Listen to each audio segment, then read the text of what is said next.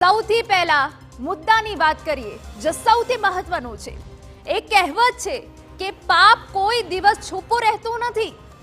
અમદાવાદની વીએસ હોસ્પિટલમાં અત્યાર સુધીના સૌથી મોટા કૌભાંડનો પર્દાફાશ થયો છે। જી હા, હોસ્પિટલમાં આવતા દર્દીઓ પર દવાનું ક્લિનિકલ રિસર્ચ કરાતું અને રિસર્ચમાં મળતા કરોડોનો બારોબાર વહીવટ કરી દેવાતો। વિચાર કરો, કરોડો રૂપિયાનો બારોબાર વહીવટ થઈ જાય અને કોઈને જાણ ન થાય તેવું બને। અમદાવાદની વીએસ હોસ્પિટલમાં કોઈ મંજૂરી વિના દર્દીઓ પર ક્લિનિક ટ્રાયલ કરી તેના બદલે મળેલા કરોડો રૂપિયા પરિવાર કે પરિચિતોના બેંક એકાઉન્ટમાં જમા કરાતા હોવાનું કૌભાંડ વિજિલન્સ તપાસમાં પકડાયું છે, જેને લઈને મ્યુનિસિપલે હોસ્પિટલના ફાર્માકોલોજીસ્ટ એક્સપર્ટ ડોક્ટર દેવાંગ રાણાને તત્કાલ અસરથી સસ્પેન્ડ કર્યા। આ ઉપરાંત કોન્ટ્રાક્ટ પર ફરજ બજાવતા 8 ડોક્ટરને કાઢી મુકાયા છે। કૌભાંડના સૂત્રધાર ડોક્ટર મનીષ પટેલ નિવૃત્ત થઈ ગયા છે। સૌથી પહેલા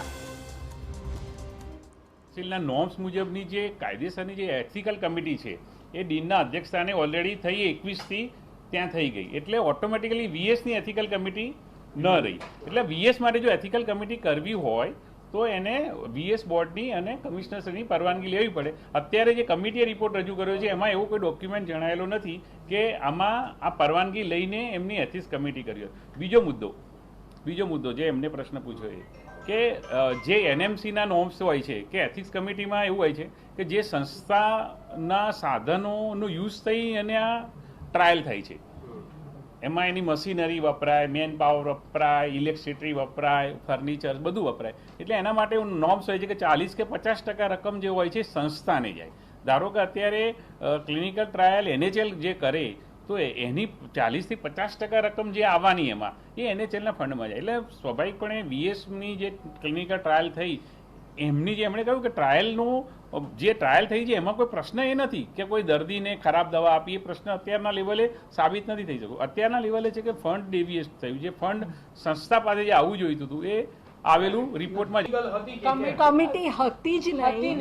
અને આજે વીએસ હોસ્પિટલ કોર્પોરેશનની હોસ્પિટલ હોય તો એણે અગર એપ્રુવલ લેવી હોય તો એનએચએલમાં જે 2 કિલોમીટરના અંતરે જ છે ત્યાંની એથિકલ કમિટીમાં એપ્રુવલ લઈ અને પ્રોજેક્ટ થઈ જ શકતા હતા। તો 4 વર્ષમાં કઈ દવા માટે આ ટ્રાયલ ચાલતો હતો? બધા જુદા જુદા દવા એવી રીતે હોય છે કે દર વખત દવા જુદી ના હોય, દવા બીજા કન્ટ્રીમાં છે, આપણા કન્ટ્રીમાં લાવવાનું હોય। તો પણ કઈ તાવની હતી કે કઈ હતી? તાવની હતી।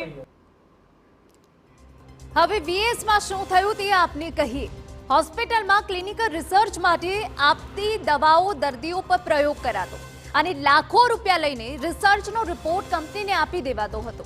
તપાસમાં સામે આવ્યું છે કે માત્ર એક જ ટેસ્ટ માટે તબીબોએ રૂપિયા 32 લાખ લીધા હતા। રિસર્ચના બદલામાં મળતા રૂપિયા તબીબોના પરિજનો અને સંબંધીઓના ખાતામાં જમા કરાવીને કરોડોના કૌભાંડને અંજામ અપાતો। તો શું આવું જ રીતે ચાલતા કૌભાંડમાં સુપ્રિન્ટેન્ડન્ટ અને ડીનની પણ મિલીભગતની આશંકા છે, કારણ કે સત્તાધીશોની મંજૂરી વગર કૌભાંડ શક્ય નથી તેવો આક્ષેપ કોર્પોરેટર રાશ્રી કેસરીએ કર્યો છે। આ જે પૈસા છે, કોઈ પણ ક્લિનિકલ ટ્રાયલ થાય એટલે ક્લિનિકલ ટ્રાયલમાં પેશન્ટને બી પૈસા મળે અને જે તે હોસ્પિટલમાં થાય એ હોસ્પિટલને પણ પૈસા મળે। આવી આ કૌભાંડ બહાર આવ્યું એટલે આ કૌભાંડમાં જે પૈસા જમા થવા જોઈએ એ અમદાવાદ મ્યુનિસિપલ કોર્પોરેશનના વીએસ હોસ્પિટલના ખાતામાં જમા થવા જોઈએ। આ સરકારી પૈસાઓ છે, આ સરકારી નાણું, પણ આ બધા જ ડૉક્ટરોએ ભેગા મળીને પોતાના પર્સનલ એકાઉન્ટમાં પૈસા જમા કરાવ્યા, જેમાં મૂળ કલ્પ્રિટ સુપ્રિન્ટેન્ડન્ટ છે કે જેણે પોતે મતલબ આ પર્સનલ એકાઉન્ટ ખોલવા માટે આ બધા ડૉક્ટરોને કહેલું। આજે કોર્પોરેશનમાં ચોક્કસ કમિશનર સાહેબે જ્યારે હું આ કૌભાંડ બહાર લાવી ત્યારે વિજિલન્સ તપાસ કરી અને વિજિલન્સ તપાસમાં રિપોર્ટ તૈયાર કરી આજે 9 જણાને સસ્પેન્ડ કર્યા છે। હવે આપને એ મહાનુભાવોના નામ બતાવીએ જેમના વિરોધ કાર્યવાહી કરવામાં આવી છે। Doctor Yatri Patel, psychiatrist; doctor Dhaivat Shukla, skin specialist; doctor Rohan Shah, ENT; doctor Kunal Sathwara, surgical; doctor Shalin Shah, diabetes specialist; doctor Darshil Shah, urologist; doctor Kandarp Shah, cardiologist. Clinical trial પ્રકરણમાં ટ્રાયલ કરનારા ડોક્ટર અને જે સંસ્થામાં તે હાથ ધરાયું તેને ફાર્મા કંપનીઓ મોટી રકમ ચૂકવતી. મ્યુનિસિપલ હોસ્પિટલમાં આ પ્રકારના ટ્રાયલ માટે એથિકલ કમિટી જરૂરી છે. જોકે વીએસમાં ક્લિનિકલ રિસર્ચના નામે ગેરરીતિ કરાઈ હોવાનો આક્ષેપ છે. કોર્પોરેટરે આક્ષેપ કર્યો છે કે સુપ્રિન્ટેન્ડન્ટ અને ડીન પણ આ કૌભાંડમાં સામેલ છે.